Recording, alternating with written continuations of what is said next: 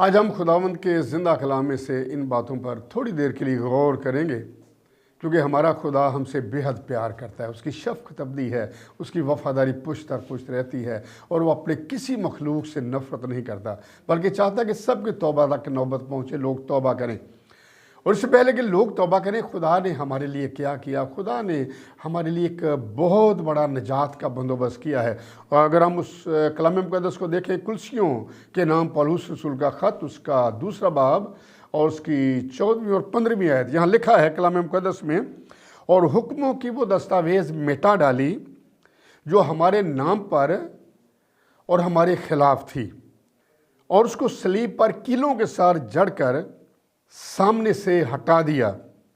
اس نے حکومتوں اور اختیاروں کو اپنے اوپر سے اتار کر ان کا برملا تماشا بنایا، اور صلیب کے سبب سے ان پر فدا یابی کا شادیانہ بجایا۔ خداوند اپنے کلام کے پڑھے جانے پر اپنی برکت بخشے، آمین۔ ہمارا خدا بے حد پیار کرنے والا خدا ہے۔ لکھا ہے کلام مقدس میں، خدا محبت ہے، اس کا کلام محبت ہے، اور اس نے اپنی محبت کی خوبی ہم پر یوں ظاہر کی کہ جب ہم گناہگار ہی تھے تو خدا کا بیٹا یسوع مسیح ہمارے لیے موا، وہ ہمارے لیے قربان ہوا تاکہ ہمیں نجات دے، ہمیں زندگی دے، ہمیں ابدی زندگی میں داخل کرے۔ اور خدا کے بیٹے یسوع نے خوشی سے اپنے آپ کو ہمارے لیے دے دیا، رضا کرانہ طور پر اس نے اپنے آپ کو پیش کیا تاکہ ہم گناہوں سے نجات پا سکیں، ہم زندگی کو حاصل کر سکیں، ہم اس کے جلال اور اس کی بادشاہی میں داخل ہو سکیں۔ اور ایک ہی راستہ ہے، وہ میرا اور آپ کا یسوع ہے، جس نے کہا کہ راہ، حق اور زندگی میں ہوں، کوئی میرے وسیلے کے بغیر باپ کے پاس نہیں آتا۔ تو جب ایک ہی راستہ ہے، ایک ہی وسیلہ ہے، ایک ہی ذریعہ ہے، تو ہمیں اس کے تابع ہونا ہے، اس کی وفاداری میں بڑھنا ہے۔ اور جتنے لوگ اس کے تابع ہوتے ہیں، جتنے لوگ اس کے منتظر رہتے ہیں، اور جتنے لوگ اس کو دیکھ کر پکارنا شروع کر دیتے ہیں، وہ انہیں برکت دیتا ہے، وہ انہیں سنبھالتا ہے، ان کی مشکلات سے، پریشانیوں سے، دکھوں سے، تکلیفوں سے، پریشانیوں سے انہیں رہائی اور آزادی بخشتا ہے۔ کلام مقدس میں لکھا کہ یسوع مسیح یریحو کی طرف جا رہا تھا، اور بڑی بھیڑ اس کے ساتھ تھی، بڑا ہجوم تھا، بڑے لوگ اس کے ساتھ تھے۔ اور برتلمائی جو ہے، اندھا بھکاری، وہ راہ کے کنارے بیٹھا بھیک مانگ رہا تھا۔ اس نے شور سنا ہجوم کا، اور کہنے لگا کیا ہو رہا ہے، کون جا رہا ہے؟ تو لوگوں نے بتایا کہ یسوع جا رہا ہے، اور یہاں اس نے یسوع مسیح کو پکارنا شروع کیا، کیونکہ اس نے سن رکھا تھا کہ یسوع بیماروں کو شفا دیتا ہے، وہ اندھوں کو آنکھیں دیتا ہے، وہ جنم کے لنگڑوں کو چلتا پھرتا کر دیتا ہے، اور وہ جنم کے اندھوں کو آنکھیں عطا کر دیتا ہے۔ یہ سب کچھ اس نے سن رکھا تھا۔ اور جب اس سے یہ معلوم ہوا کہ یسوع میرے قریب سے گزر رہا ہے، تو اس نے چلانا شروع کر دیا، اے یسوع، اے ابن داؤد، مجھ پر رحم کر۔ لوگوں نے ڈانٹا، شاگردوں نے ڈانٹا کہ استاد کو تکلیف نہ دے، استاد کو تنگ نہ کر، لیکن اس نے پکارنا نہیں چھوڑا۔ یسوع نے آواز سنی، لیکن چلتا جا رہا ہے، اور اندھا پکارتا جا رہا ہے، اے یسوع، اے ابن داؤد، مجھ پر رحم کر، مجھ پر رحم کر۔ وہ رحم کی اپیل کرتا ہے، اور ہمارا خدا ہماری اپیل پر نگاہ کرتا ہے، سنتا ہے، وہ ہمارے دل کی آواز پر اپنے کان لگاتا ہے۔ جب اس نے سنا کہ اندھا پکارنے سے باز نہیں آ رہا، لوگ منع کر رہے ہیں، شاگرد منع کر رہے ہیں، تو لکھا ہے کلام مقدس میں کہ یسوع اس کی آواز کو سن کر ٹھہر گیا، رک گیا۔ اور جب یسوع رک گیا تو اس نے اندھے کو بلایا، کہا اس کو میرے پاس لاؤ۔ جب وہ آیا تو کہا، تو کیا چاہتا ہے؟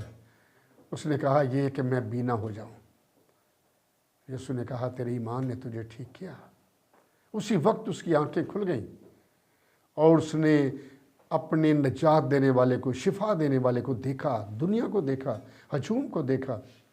تو یہ چیزیں ہمیں سکھاتی ہیں کہ ہمیں یسوع کو پکارتے رہنا ہے، حالات کیسے بھی ہوں، مشکلات ہوں، پریشانیاں ہوں، دکھ ہوں، بیماریاں ہوں، تکلیفیں ہوں، ہم یسوع کو پکارنا نہ چھوڑیں۔ اگر ہم پکارتے رہیں گے، ہمارے لیے وہ برکت کے دروازوں کو کھولے گا، ہمیں وہ سنبھالے گا، ہمیں تقویت اور تازگی دے گا، ہماری پریشانیوں کو ہم سے دور کرے گا، اور ہمیں ابدی زندگی کے لیے وہ تیار کرے گا، کیونکہ اس کے پاس یہ اختیار ہے۔ جب وہ آسمان پر گیا تو شاگردوں سے کیا اس نے کہا کہ آسمان اور زمین کا کل اختیار میرے پاس ہے، میں دنیا کے شروع سے آخر تک ہمیشہ تمہارے ساتھ ہوں۔ تو جب وہ ہمارے ساتھ ہے تو ہمیں پریشان ہونے کی ضرورت نہیں ہے، وہ ہمیں ہماری بیماریوں سے رہائی دینے کی قوت، قدرت اور اختیار رکھتا ہے۔ سب کچھ اس کے قدموں کے تلے ہے۔ صلیب پر اس نے اپنی جان دے کر ابلیس کے زور کو توڑا ہے، اس کے سر کو کچلا ہے۔ اب ابلیس شکست خوردہ دشمن ہے، وہ ایمانداروں کو تنگ کرتا ہے، پریشان کرتا ہے۔ مصر بیٹے کی مثال ہمارے سامنے ہے کہ کس طور سے ابلیس نے اس کی زندگی میں ایسی باتیں ڈالی کہ اس نے باپ سے کہا مال کا جو حصہ میرا آتا ہے مجھے دے دے۔ اس کا باپ شاید یہ چاہتا ہو کہ میرا بیٹا میرے پاس رہے، لیکن وہ بضد تھا کہ میرا حصہ مجھے دے دے۔ باپ نے دے دیا اور جا کر اس نے ہر چیز کو ختم کر دیا۔ جو روپیہ پیسہ باپ کے گھر سے لے کر گیا تھا ہر چیز اس نے اجاڑ دیا، برباد کیا، ختم کر دیا، اور عیش و عشرت میں، دنیاوی خواہشوں میں ہر چیز کو اس نے ختم کر دیا۔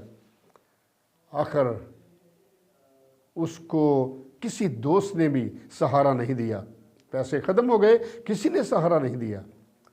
اب اس کو آرزو تھی کہ سور چرائے، اور جو پھلیاں سور کھاتے ہیں وہی وہ کھائے۔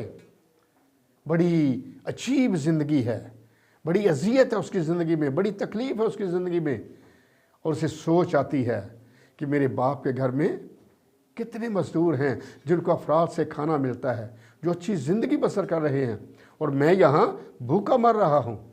تو کلام مقدس میں لکھا ہے کہ اس نے کہا کہ میں اٹھ کر اپنے باپ کے پاس جاؤں گا اور اسے کہوں گا اے باپ، میں آسمان کا اور تیری نظر میں گنہگار ہوا، اب اس لائق نہیں رہا کہ پھر تیرا بیٹا کہلاؤں، مجھے اپنے نوکروں جیسا کر لے۔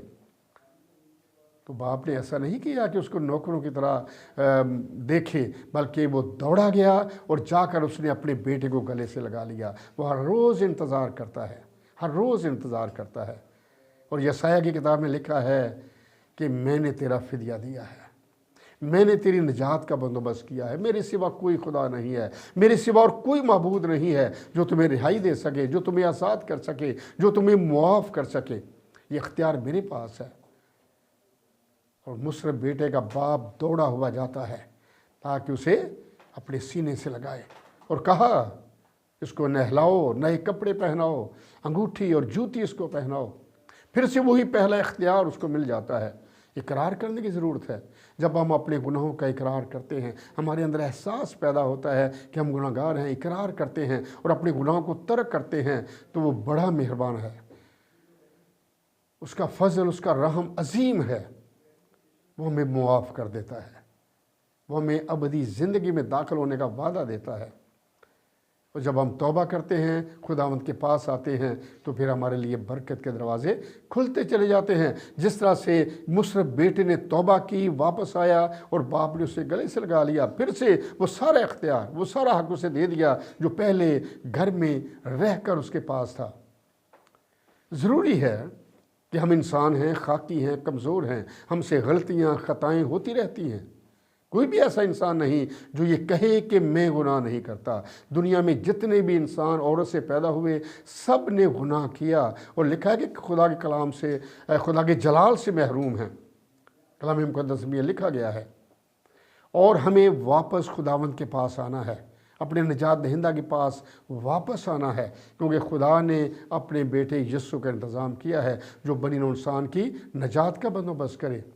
یسوع مسیح نے صلیب پر اپنی جان دے کر ہماری نجات کا بندوبست کیا ہے، ہمیں بحال کیا ہے، ہمیں برکت دی ہے، ہمارے لیے برکت کے دروازوں کو کھولا ہے۔ جیسے جیسے ہم خداوند کے قریب آتے ہیں، اس کے چرنوں میں جھکتے ہیں، ہمارے لیے برکت کے دروازے کھلتے چلے جاتے ہیں، کیونکہ جو خوشی اور شادمانی یسوع کے چرنوں میں ہے، دنیا کی کسی چیز میں نہیں ہے۔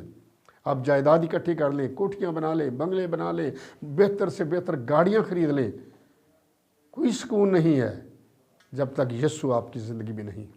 اس لیے اس اندھے کی طرح ہمیں پکارنا ہے، یسوع کو پکارتے رہنا ہے، اور مصر بیٹے کی طرح ہمیں واپس آنا ہے خداوند کے چرنوں میں، کیونکہ اس کے چرنوں میں خوشی اور شادمانی اور بحالی ہے، اور وہی ہمیں سنبھالتا اور تقویت اور تازگی بخشتا ہے۔ اور ایمانداروں کی زندگی جو ہے وہ مسلسل مسیح کی صورت میں ڈھلنے والی زندگی ہے۔